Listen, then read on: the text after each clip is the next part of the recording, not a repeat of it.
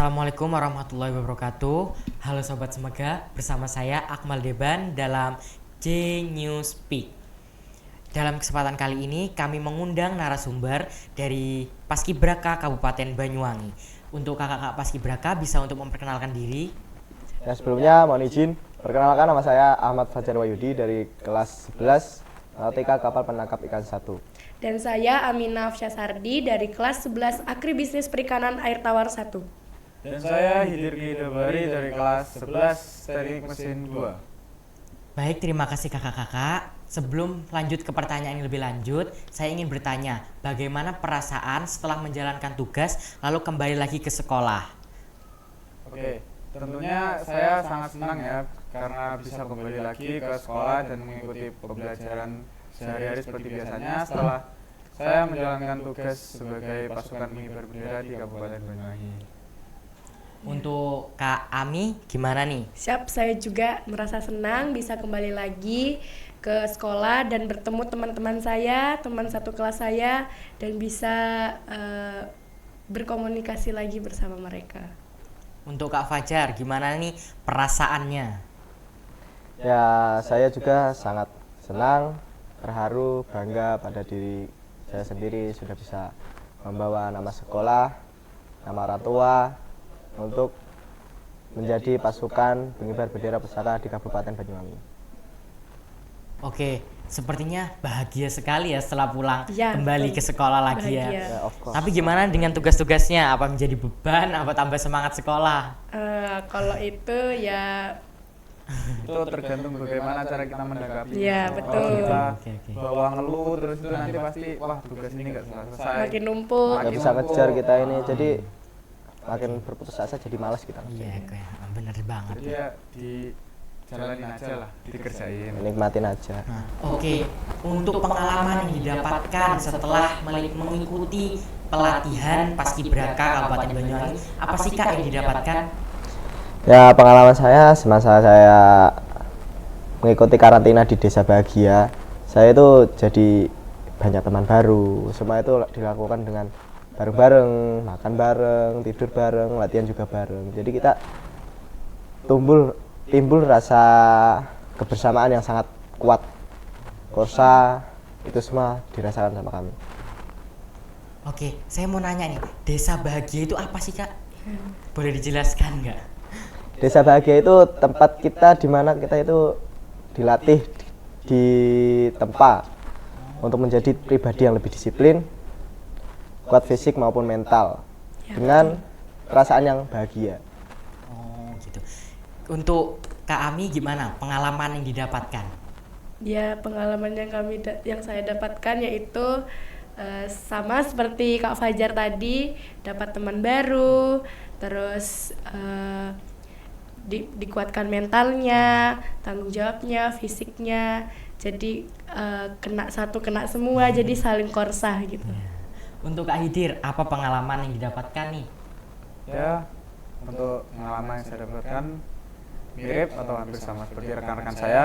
Ya, mulai dari binaan fisik yang kita dapat sehari-hari, binaan mental, dan juga setiap malam itu pasti ada materi malam. Jadi kita dapat juga wawasan kebangsaan pada saat kita karantina di sana. Jadi benar-benar mulai dari karakter, mental, fisik, semuanya itu diajarkan di sana, dilatih di sana. Oke, dari tadi kan kita udah ngomong perasaan, pengalaman.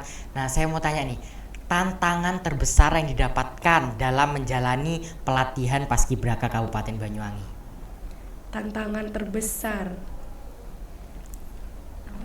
Kalau bagi saya ya, tantangan paling besar itu pas awal-awal mau bikin formasi. Itu langkah Oh ya, tempo. tempo langkah kita itu diubah-ubah terus. Yang awalnya dari 86 langkah per menit jadi 96, terus naik lagi jadi 116 langkah. Dan pada akhirnya semua semua teman-teman itu pada setuju di 96 langkah per menit. Oh gitu. Untuk Mas Fajar, tantangan terbesarnya dari tempo. Kalau untuk Kak Ami, apa nih? Kalau dari saya itu saat seleksi pasukan.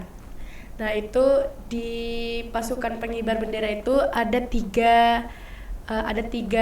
pasukan, pasukan 8, 17 dan 45. Saat terbentuknya pasukan itu kita tuh diseleksi ulang oleh pelatih, dicek dari tinggi, terus PBB, pokoknya diulang lagi wes dari awal. Dan walaupun saya kepilihnya pasukan 45 ya, tapi saya bangga bisa jadi bagian dari pasukan pengibar bendera. Oke, untuk Kak Hidir, apa tantangan terbesarnya? Untuk tantangan terbesar yang saya alami itu mungkin dari penataan waktu ya, karena di sana itu waktu kita itu benar-benar padat, istirahat kita cukup, cuman ya di sana itu benar-benar padat waktunya, jadi kita harus benar-benar memanajemen waktu secara baik. Kita tidak boleh telat, 1 menit pun kita tidak boleh telat.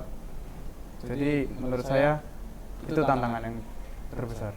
Selanjutnya, apa sih momen yang didapatkan yang paling berkesan dalam diri yang mungkin yang bisa mengubah kepribadian diri dan macam-macam? Apa sih momen yang paling berkesan dalam hidup kalian gitu?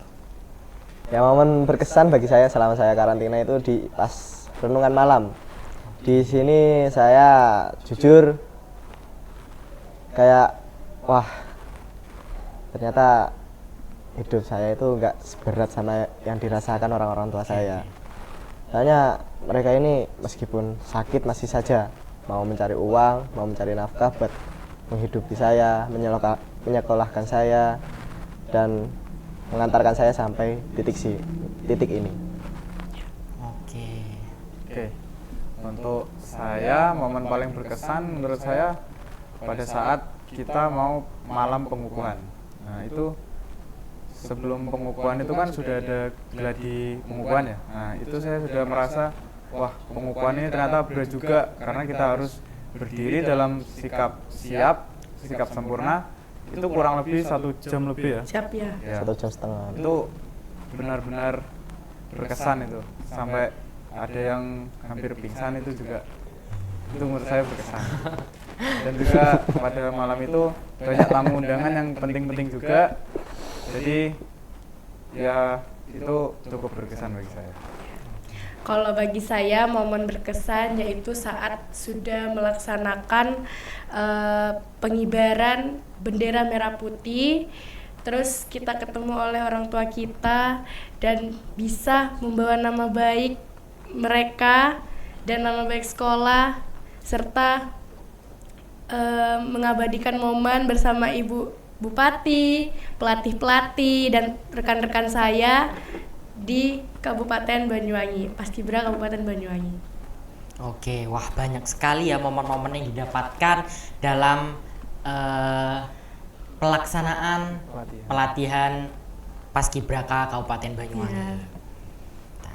Oke, setelah momen, saya ingin tanya nih, dampak yang paling intens dalam pelatihan Paskibraka Kabupaten Banyuwangi apa nih, Kak?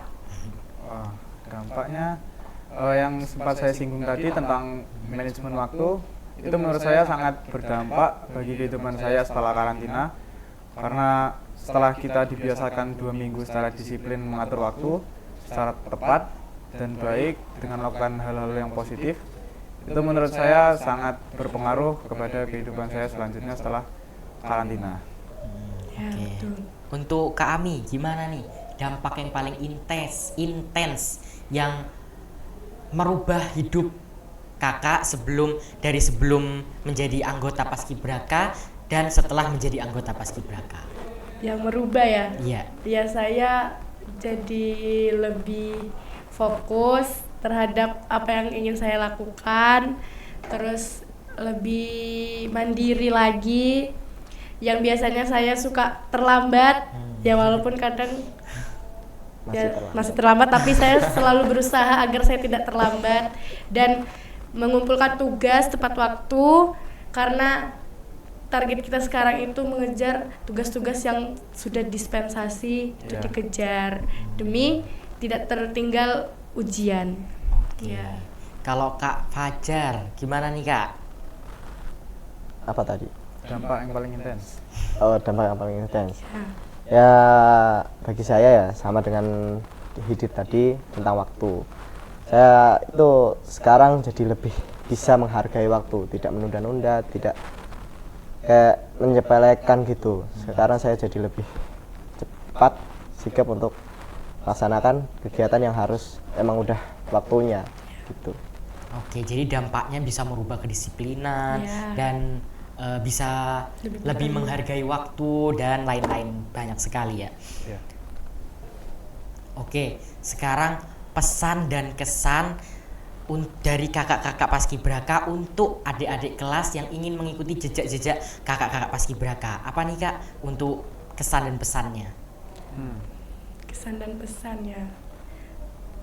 Dari siapa dulu nih? Siapa dulu Yaudah, nih? aku dulu dah. Ya. Oke. Untuk adik-adik khususnya yang sekolah di SMKN 1 Gelaga ini juga, saya berharap kepada kalian ingin berusaha dan berproses agar bisa lolos seperti kami, dan saya juga berharap kalian bisa melewati kami, yaitu masuk ke jenjang provinsi sampai nasional kalau bisa. Ya. Untuk kalian tetap berlatih, tetap optimis, jangan pesimis, karena yang akan kalian dapatkan setelah karantina ini sangat berdampak bagi kehidupan kalian selanjutnya. Ya. Oke, selanjutnya Kak Ami. Kesan dan pesan saya, kalian harus selalu berusaha, jangan pernah takut untuk selalu mencoba, karena pengalaman itu bisa menginspirasi diri kalian sendiri dan orang terdekat kalian. Karena dengan itu kalian bisa menjamin bahwa diri kalian itu bisa disiplin, bertanggung jawab, dan menjadi pemimpin bagi orang sekitarnya. Oke, kalau Kak Fajar gimana nih Kak? Ya, dari saya, pesan kesan dari saya itu untuk adik-adik kelas 10 khususnya di SMK Negeri 1 Gelaga. Saya harap kalian bisa mengikuti jejak kami, bahkan bisa melebihi kami ke tingkat provinsi maupun nasional. Ya. Jadi mulai sekarang kalian siapkan mental, fisik, PBB, mindset kalian untuk melanjutkan jejak kami. Ya, mungkin itu saja. Oke, baik Sobat Semega, itulah kesan dan pesan dari kakak-kakak Paskibraka Kabupaten Banyuwangi. Semoga kalian termotivasi dari kesan dan pesan mereka bertiga ini. Baik, saya ucapkan terima kasih untuk kakak-kakak Paskibra yang menyempatkan waktu untuk mengikuti podcast pada hari ini. Siap. Terima kasih kembali. Oke Sobat Semega, demikian podcast hari ini. Saya Akmal Deban J-News pamit undur diri. Salam J-News Speak. Sampai jumpa. See you.